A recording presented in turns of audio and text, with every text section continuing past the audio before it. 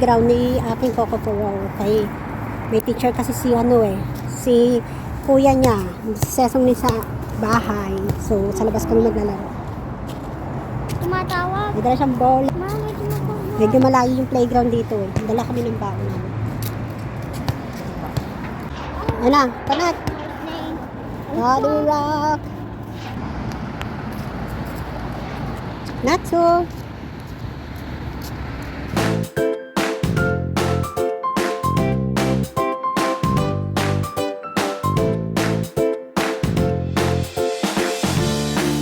Guys, nandito na kami sa playground. Wow. So, makakapaglaro na si Coco Pororo. Ayan yung playground. Nakikita nyo ba, guys? Iba to eh.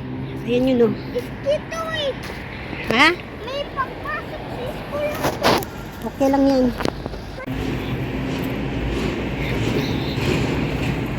Tira. Pogi!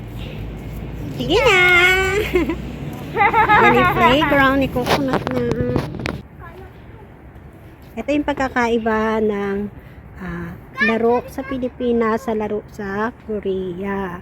Ang mga bata dito hindi katulad sa Pilipinas na pag lumabas ng bahay, sa harap ng bahay natin ay pwede na siyang maglaro, tatakbo. Dito hindi.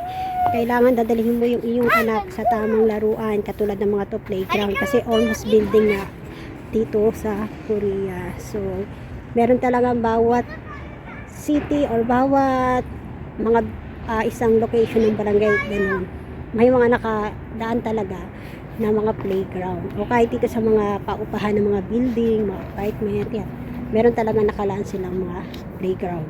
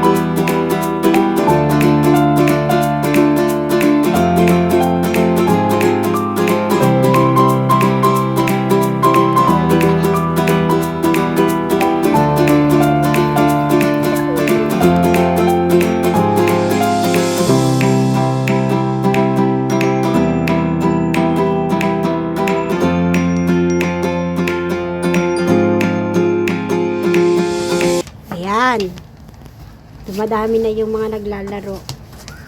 Tignan mo naman pang naglalaro sila oh. Hindi sila mga mukhang gusgusin.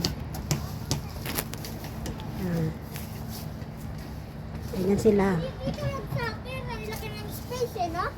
Hindi katulad sa Pilipinas kahit dugis-dugis mo na nakasando, nakaano, chinelas. Diba?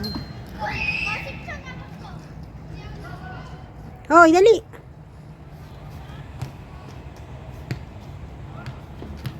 Kukuha na daw si Coco ng baon namin. Malamig hindi. Malamig. Malamig daw. Medyo malamig pa rin. Hindi medyo. Malamig talaga pag nag-stay ka sa labas. Yung baon ni Coco Pororo. Oh. Diba? May biscuit. Ayan o, may biscuit siya. May cookies. At saka may water. At may juice. Yan, kasi medyo wala yung playground sa amin, kaya nagbaon ako. Baka may magturo na naman sa convenience store eh. So, okay na to. Guys, umuwi na kami. Kaya sobrang lamig na. Pag nag-i-stay ka ng matagal sa labas. Ay, ang lamig na. Hindi ko na kaya.